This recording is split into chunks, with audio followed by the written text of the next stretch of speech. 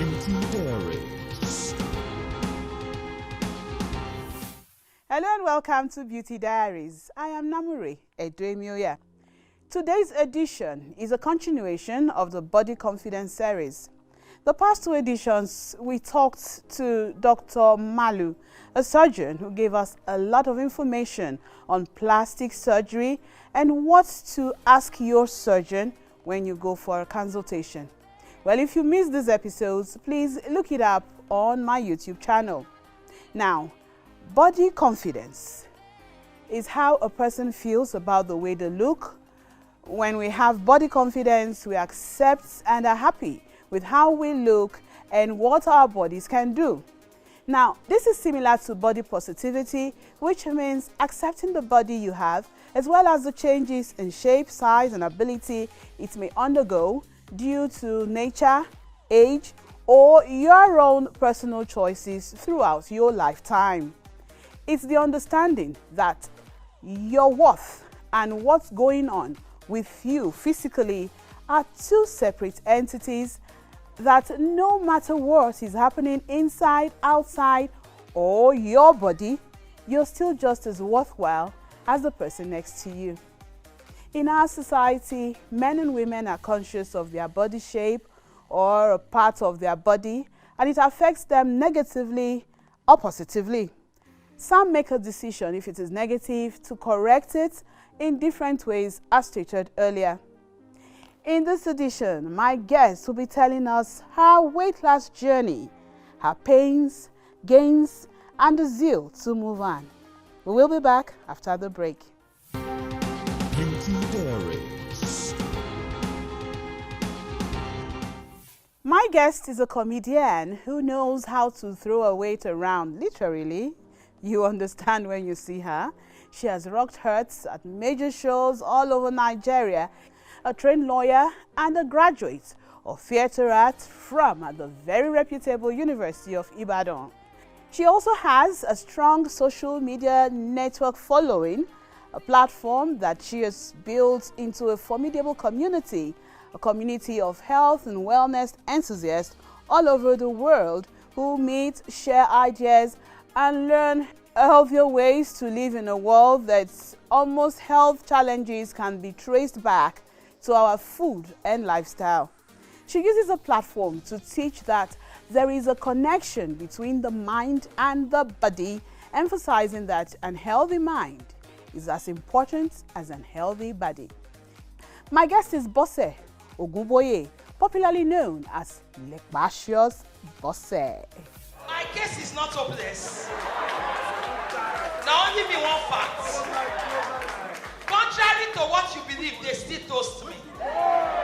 Some men like them like this. This is built for Nigerian roads.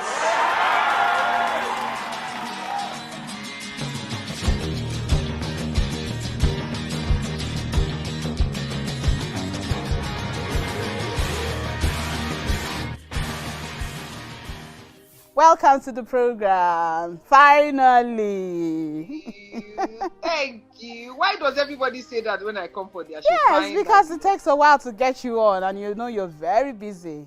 Thank you for having me on your show. Thank you. Thank you. Now, Lepacious Bose, the name started way back. You were on the plus side, just like me, you know, back then. I was not like you. You are a very normal plus size person. I was obese. Okay. I was morbidly obese. I was massive.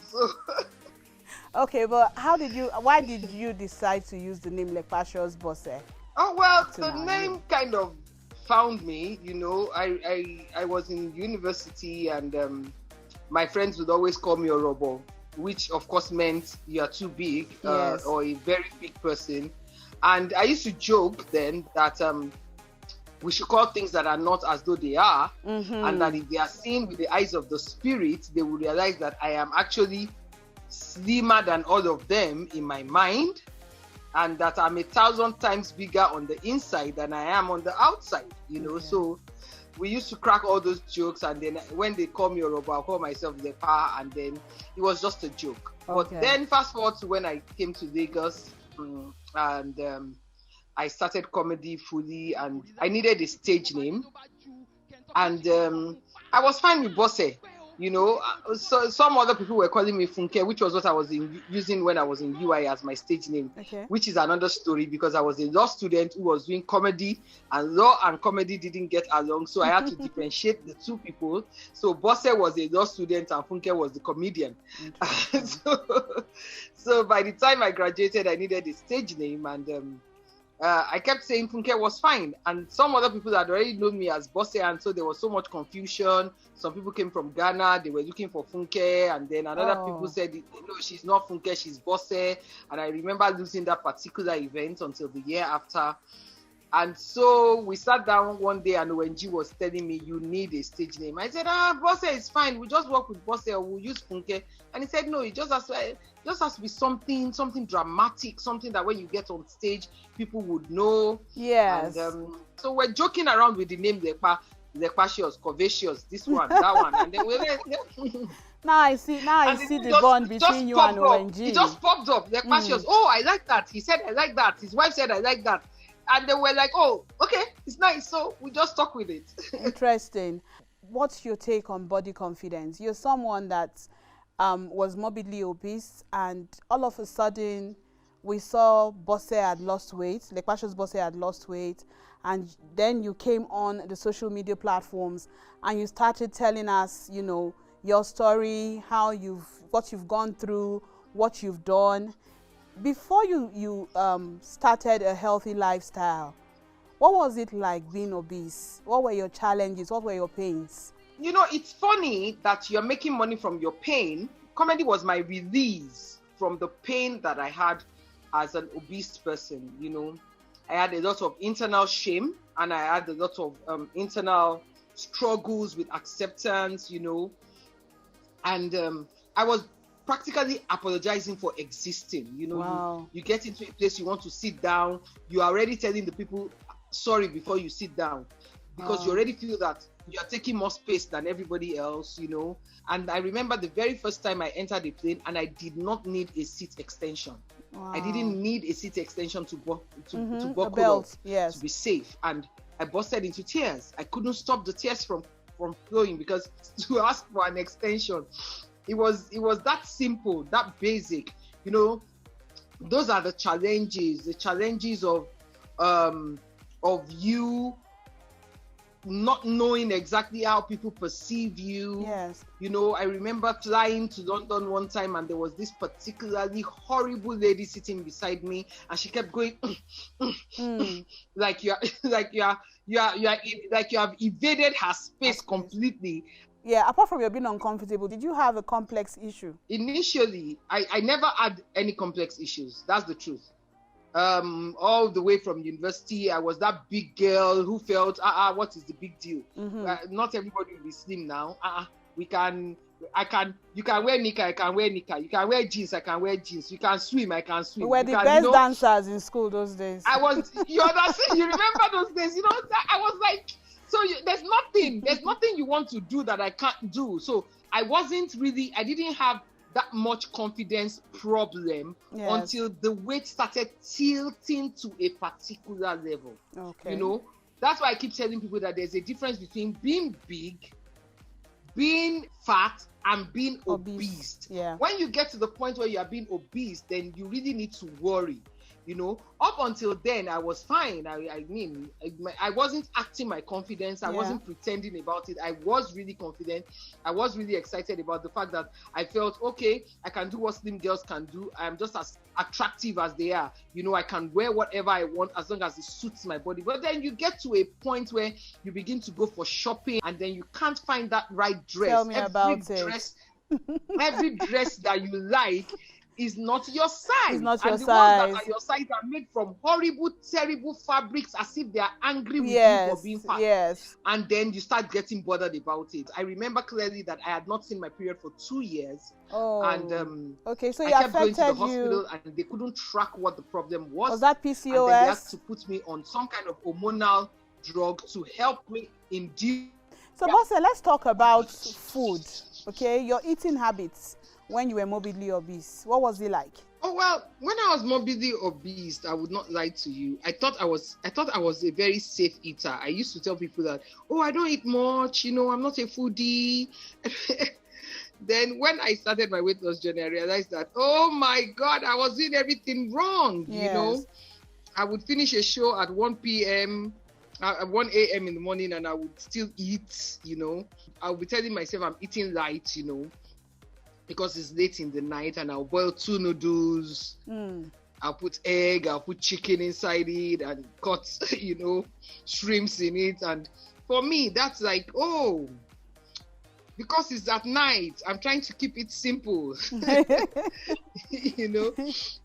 I didn't realize how bad it was, and I was also a sugar addict, and I didn't even realize that I was a sugar addict. I lived on fizzy drinks. I didn't realize that they were all really, really harmful things. I just kept thinking, oh, okay, maybe the only thing that makes you fat is you're eating pizza, or you're eating burgers, or you're eating chocolates all the time. What was that point for you when you said, okay, enough is enough? I hadn't seen my period for 2 years. That's enough to worry anybody. Okay. And you're not in menopause. Doctors have told you you're not in menopause, and then you're not seeing your period, and then you have to induce it. And when you induce it, there's serious, horrifying pain. Yes. When it finally comes. There were a lot of other things. I had prolapsed. And then you would go and see the doctor because you have a migraine, and they will tell you go and lose weight. You have stomach ache, go and lose weight. You have headache, go and lose weight. You did not pass an exam, go and lose weight. It was affecting all parts of the body. Everything was about losing weight, Yes. I noticed I was also losing my sense of humor. During the dark stage of the depression, I went to visit my brother in Namibia, and my 10-year-old nephew, who is now about 18, walked into the room where I was, and I wasn't even sleeping, and he was like, Auntie Bosse, are you okay? And I was like, I'm fine. And he said, I don't think so. I said, why did you say so? He said, you're breathing so hard. You're breathing so hard, it's like your heart is about to stop. Wow. Coming from a 10-year-old child, for me, this was my son telling me I'm about to lose you. For me, it was the last straw. Okay. And I think that was the wake-up call I needed. And I told myself, you need to do this for yourself. Okay. You need to do this for tomorrow. Yeah, so in doing this, in the social media platforms, all of a sudden, we started seeing a before and after of Lepacious Bose. And a lot of bloggers, I think then it was more of Facebook, said, oh, she went under the knife, she's going to do something. She went to a health farm, So what did you really do? Did you go under the knife? Did you have a surgery? I keep saying when I get asked that question, I laugh because, I put it out there. If you go under the knife to lose weight, then you will lose weight consistently. I lose weight and I put on weight. Yes, you added some time, correct. They see it. They see it the way it goes. So I've stopped answering that question. I don't bother myself anymore. I was at my biggest at 210 kg. I was at my smallest at 95 kg. Wow, then you went to 95. Then I went back all the way to 140 kg. Then I lost it, and I'm still on it, and I'm about 103 kg right now. I had to ask, knowing that we have an opportunity, to clear all of that. No, it's fine. On it's television. Just like I keep saying, okay. If you go under the knife, you keep going down. You don't go up and down like that. You don't do that. Let's talk about your journey. I didn't know what kind of exercise I could do. Yeah. I remember clearly being told that I couldn't even walk for more than 30 minutes as a stretch because there was a lot of pressure on my knees. Wow. My knee had been carrying more weight than it could handle. So I didn't start with exercising. That's the truth. I started with watching what I was eating. Fortunately, like I said, I started in a country that had more information for me. First, I had to go and do an hormonal test. I had to go and check my hormones. Where was this? Which country?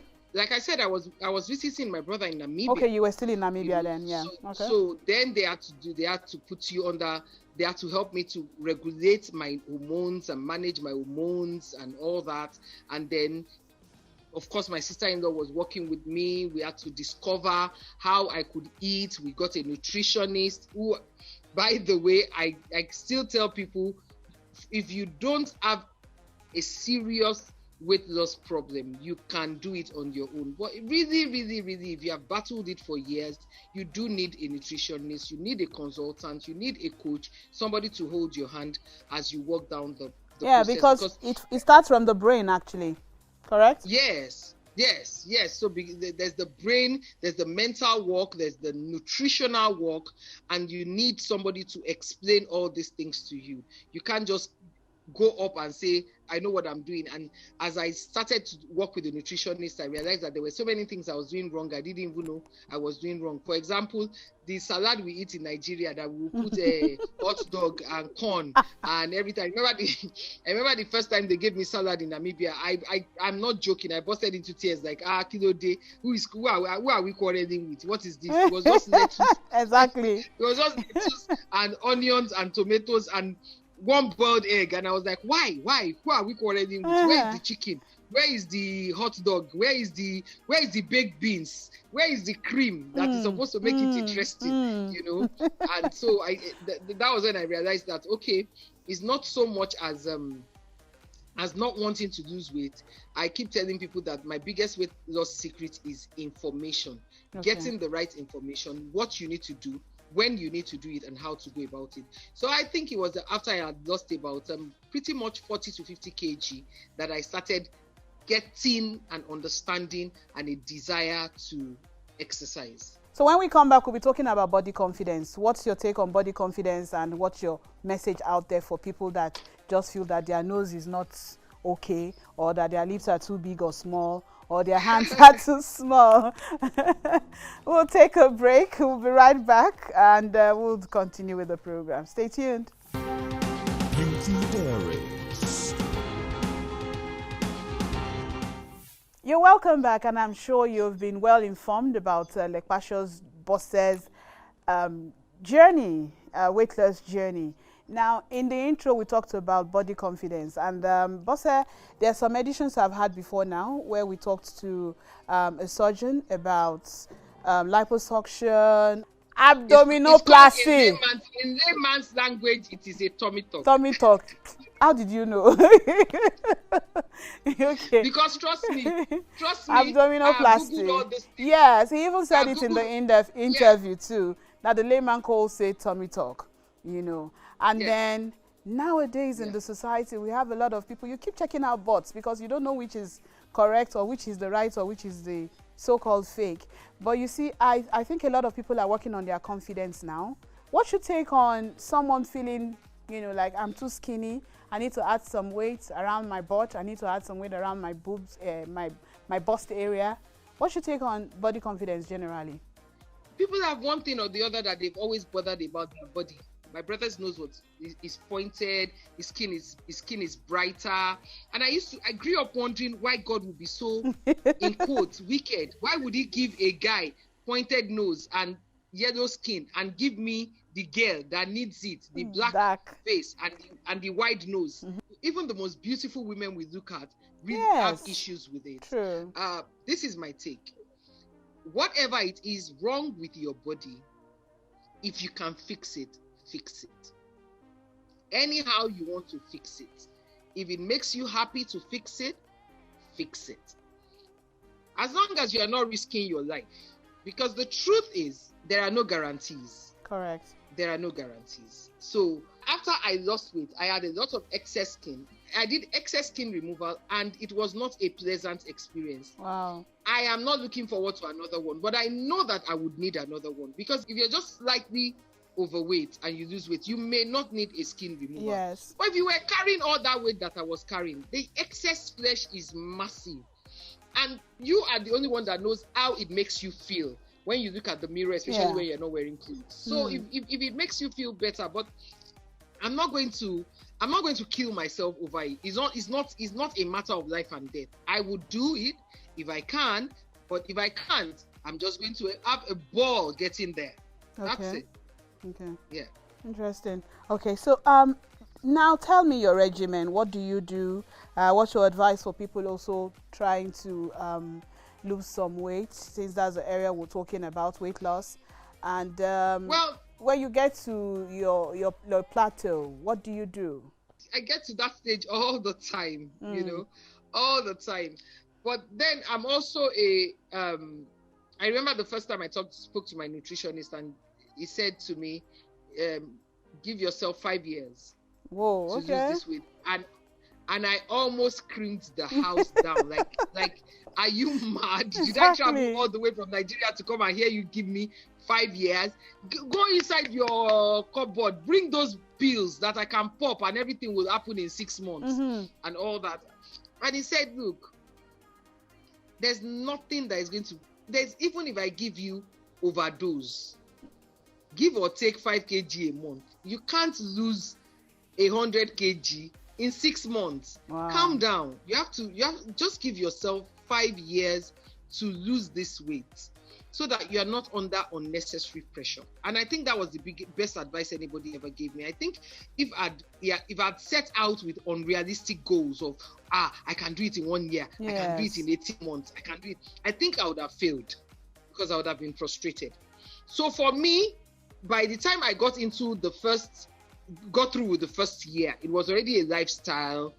It was already something I was doing. Unlike when in the past, when I was doing it to lose weight. So after 1 month, the scale is not moving, you are frustrated. But now, it's something I was doing, whether the weight goes off or it does not go off. I wasn't even checking the scale anymore. Whether the weight goes off or it doesn't go off, I'm going to do it anyway. Yeah. So it didn't make any difference for me. And so even when I get to plateau, sometimes I don't even know when I get to plateau, because this is the interesting part. There are times I get to plateau and I'm like, oh, yeah, this weight is not going down. And then my instructor will tell me, number 1 anti-weight loss problem is anxiety.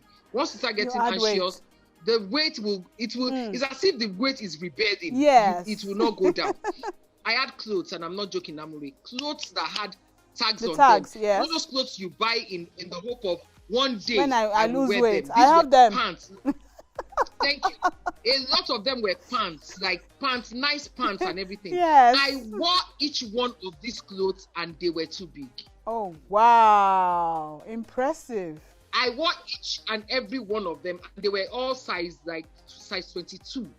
Size 22, size 20, size 22. So between size 26 and size 22, I did not know what magic was happening in my body. I was not even conscious of it, because in my head, I'd reached the plateau, nothing is happening. So, okay, let's leave it now. Let's just continue doing what we're doing. And that's why I tell people, trust the process. Don't give up on yourself. Because the scale is not moving does not mean that nothing is happening in your body. Basically, I'm a very, very, very, very, very indisciplined person by nature.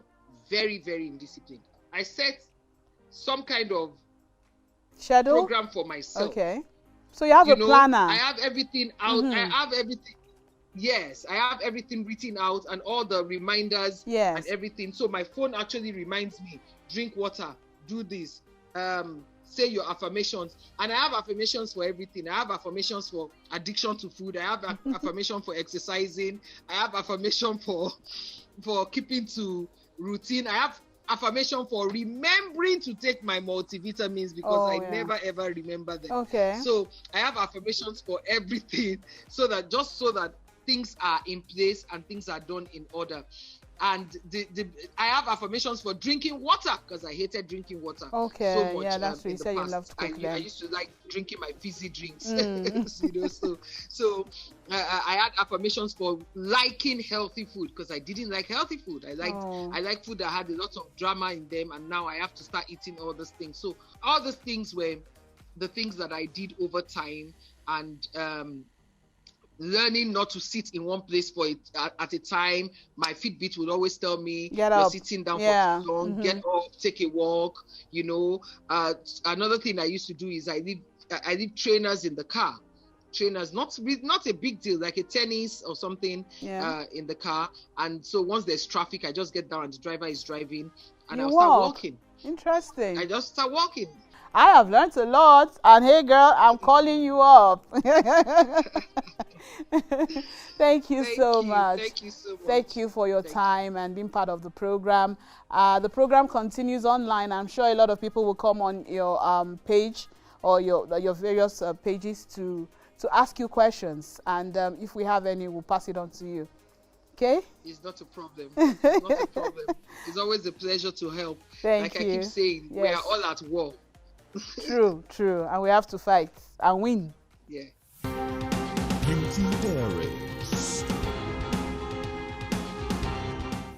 The show continues on Twitter, Facebook, and Instagram. If you have questions on body confidence for Lepacious Bose, please send it. I'm sure she'll be able to attend to you. Before we go, let's share with you 10 tips for body confidence. One is change your focus. Change your focus. People who exercise regularly feel better about their bodies, whether they lose weight or not. Now, show your body some love, some gratitude, okay? Don't get caught up in competitive self-criticism. Oh, she's lost weight, I have not. Stick to your regimen and be confident. Give yourself a break. Yes, give yourself a break. Think positively. Meditate. Sit down sometimes and meditate. Pamper yourself. And once in a while, rejig your wardrobe, and there you feel good. And in rounding off, we want to say thank you so much again to Lepacious Bose for being our guest on the program. We have some freebies for you. Who wouldn't like anything free? Okay, but you have to be an ardent follower on all my social media platforms. It's right there. Follow. Valentine is coming. You never know what we have in store for you. And for those who would like to have another source of income, all the information is on the social media handles. That's the third series on body confidence. So maybe bringing you another episode next week. Remain beautiful inside and out. I am Namure Edoemioya. Bye for now.